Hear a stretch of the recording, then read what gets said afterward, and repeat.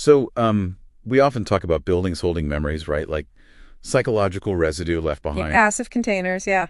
That's the usual idea. But what if the house isn't passive? What if Yeah. it's, well, an active artist? Yeah. Maybe even an aggressive one, painting its own story. Constantly repainting, erasing. Exactly. That brings us to our sources today. Deep in the Carpathian Mountains, Valea Niagara, the place is called Casa Pictada, the Painted House. A crumbling 19th century estate. And our focus is art historian Alara Vance. She went there looking for old frescoes, historical stuff. Standard research trip, initially. Yeah, but her project turned into something else entirely. Like a documentation of something living and supernatural. Chilling is the word often used. Definitely chilling. Let's start with her first big discovery. She was in the master bedroom, carefully removing lime wash. Expecting plaster underneath, presumably. Right. But she found raw canvas, and on it, a charcoal and oil painting. Really detailed, a woman looking out at the forest. Okay, unusual finding, but maybe explainable. An earlier decoration. Maybe. But here's where it gets impossible.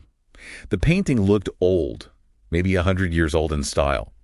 But the woman in it, she was wearing a silver locket. Get this, it was the exact locket Alara had inherited just the day before. The day before. Yes. And she'd placed it on her nightstand right there in that room. Okay, wait. So the house painted something from the immediate present into a historical style painting. It seems like it. Not just recording the past, but somehow mixing the present into it, making it look like it always belonged there. That's the core anomaly, isn't it? It's not just archiving history, it's actively assimilating the present. Assimilating. Good word. It's like it was less interested in history itself, more in making the current moment feel predestined. Inevitable, perhaps. Yeah, and that discovery, understandably, made Alara frantic. She stopped being careful, started aggressively stripping the walls everywhere. Trying to find the source or understand the mechanism. Both, I think. Yeah. And what she found was what her notes called a terrifying palimpsest. Ugh.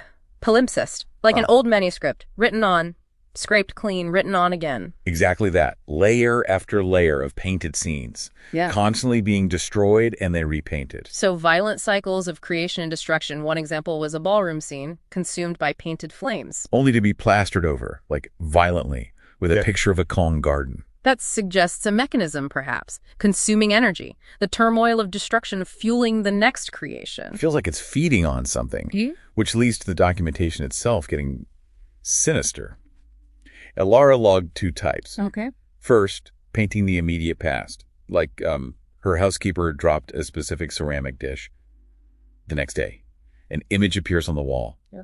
A weeping man holding that exact broken dish. Capturing emotional residue. Simple, almost, but deeply unsettling. But the second type, that's where it gets truly disturbing.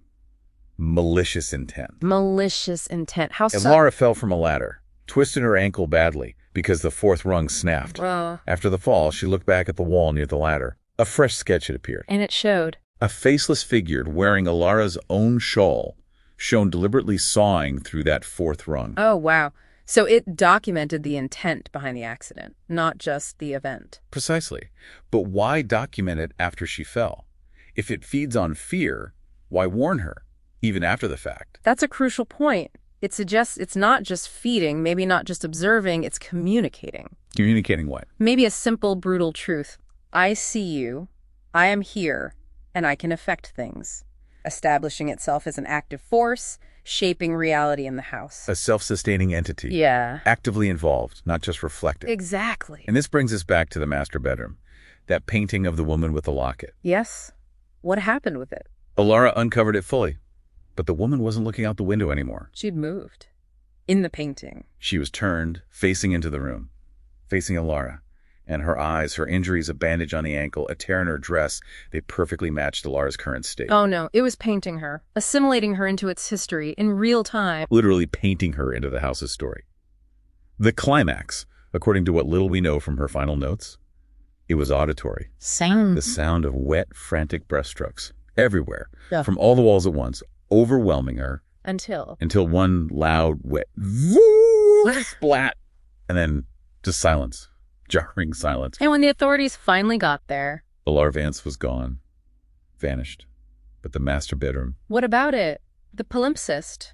The painting? All gone. The walls were immaculate, covered in fresh, thick white paint, every surface. Completely silent? Erased, everything erased. Almost everything. Near her equipment, scattered on the floor, they found one single tiny fleck of paint on the new plaster. A fleck. What color? Startling crimson, the exact color of the ruby in her silver locket. Just one fleck. Crimson. So the house didn't just erase her, it condensed her. What does that tiny fleck mean? Well, the analysis suggests it didn't destroy her in the conventional sense. It distilled her, consumed the canvas, wiped the slate clean. But kept that one pigment. The essence, perhaps. The distilled residue it needed. It rendered the artist into pure color, completing its cycle. Ready for the next canvas. Which leaves us, and you, with a final thought. If Casa Pictet needs that psychological residue, that human element to paint, does the silence now, the pristine white walls, mean it's dormant, empty? Or is it just waiting, patiently waiting for the next artist, the next person, to provide the necessary pigment for its next horrifying masterpiece? Something to consider, perhaps, the next time you find yourself staring at a blank wall.